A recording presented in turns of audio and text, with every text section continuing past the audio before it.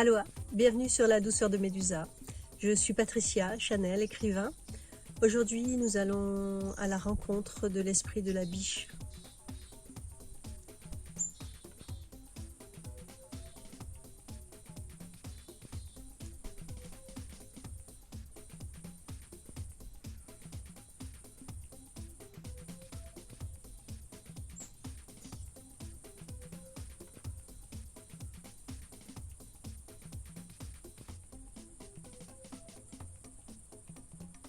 Quelques notes de douceur et de spontanéité, masquées dans la forêt de l'esprit primaire, primitif, au choix.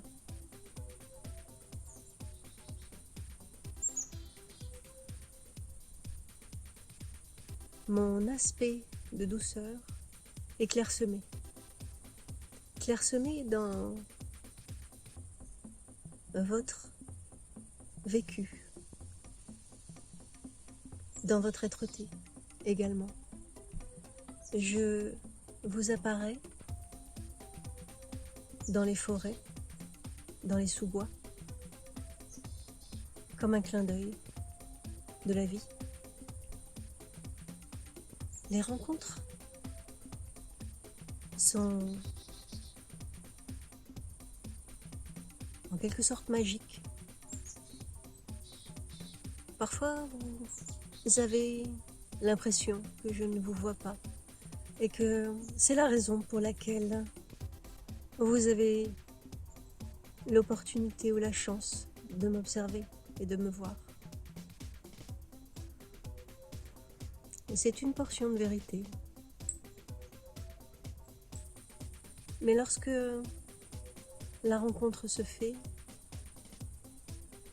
j'en suis informée. Il n'y a pas de vie tragique dans notre vécu. Il y a juste une vie passionnante, enivrante, telle les odeurs des forêts, des sous-bois.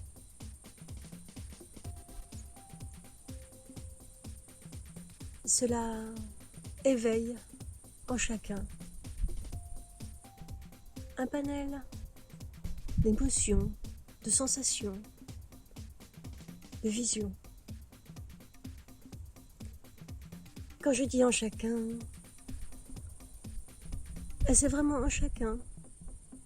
Cela se fait aussi sur les êtres des forêts. Nous humons l'air pour connaître le chemin, pour savoir quelle option prendre en quelque sorte. Lorsque vous êtes en forêt, vous n'avez pas la perception d'utiliser vos sens pour vous diriger. Et même lorsque vous êtes téléguidé par vos appareils, il y a bien un guide derrière ces chemins.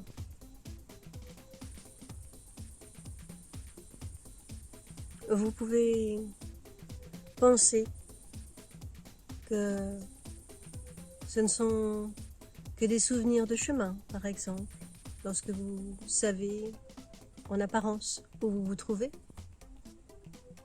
même si bien souvent vous ne le savez pas, mais vous n'êtes finalement jamais au même endroit. Parce que tout a bougé. Ce n'est pas parce que vous ne le voyez pas que les herbes, les arbres ont évolué, ont pris des branches, en ont perdu, ont pris des feuilles, en ont perdu. Des herbes sont apparues, d'autres ont disparu. Et ceci en permanence. Donc vous n'êtes jamais sur le même chemin. Ça n'est juste pas possible. Alors, même lorsque vous croyez reconnaître une pierre dont une partie peut avoir roulé-boulé quelque part, donc elle n'est plus réellement la même.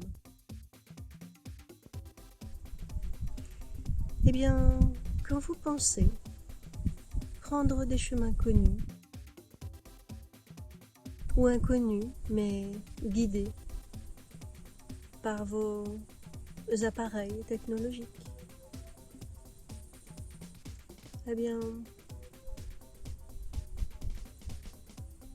quelle est la volonté qui émeut tout ce processus de chemin que vous prenez, qui vous semble ou connu ou inconnu, mais non perdu parce que guidé? Quelle est l'énergie qui vit dans cela et qui finalement vous amène la plupart du temps dans des chemins dont vous n'avez aucune connaissance?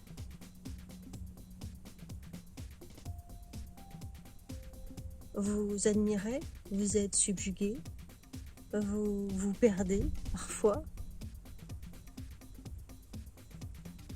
très peu, vous n'aimez pas cela. Même si se perdre, en forêt ou ailleurs, c'est un peu se trouver. Trouver une partie de soi que l'on ne connaît pas, que l'on n'a jamais vue, que l'on ne sait même pas qu'elle est là. Alors parfois, je suis là. Nous sommes là. Et cela vous semble fortuit. Mais cela n'existe pas. Vous êtes bien là où vous êtes souhaité. D'une certaine manière, même perdu. Vous n'êtes pas perdu, jamais perdu.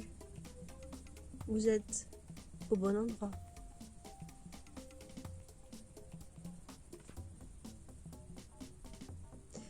Nous avons en apparence, selon vous, des chemins, des pistes. Nous suivons quelque chose que vous supposez exister, qui existe peut-être. Peut-être que nous suivons tout simplement la vie. Et beaucoup plus simplement encore, peut-être que tout simplement, nous avons gardé cette façon de nous laisser guider par elle. Et de savoir que, quelle que soit l'issue du chemin que nous prenons, le chemin est toujours bon.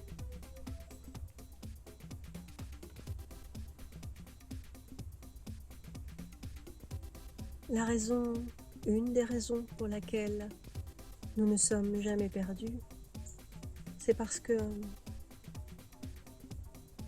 tous les chemins sont beaux.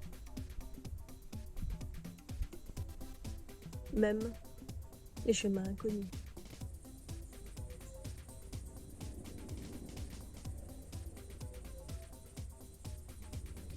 Explorez cet inconnu que vous êtes à travers la forêt ou d'une autre manière. Le panel de jeux et de chemins pour chacun est infini, même dans des aspects définis.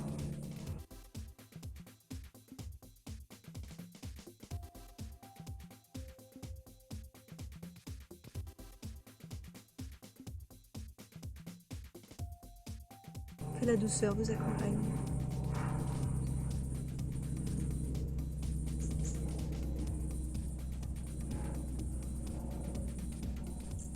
Merci, à bientôt.